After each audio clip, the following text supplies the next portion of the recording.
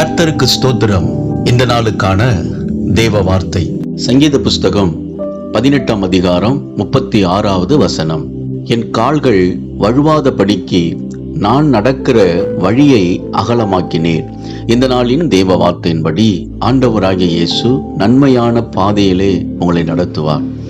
தாவீது தன்னுடைய வாழ்க்கையில் நெருக்கங்கள் வரும்பொழுது, பல சோதனைகள், பல போராட்டங்கள் வரும்பொழுது அவர் ஆண்டவரை சார்ந்து கொண்டு ஜெபித்ததனாலே நன்மையான பாதையிலே அவர் நடத்தினார்.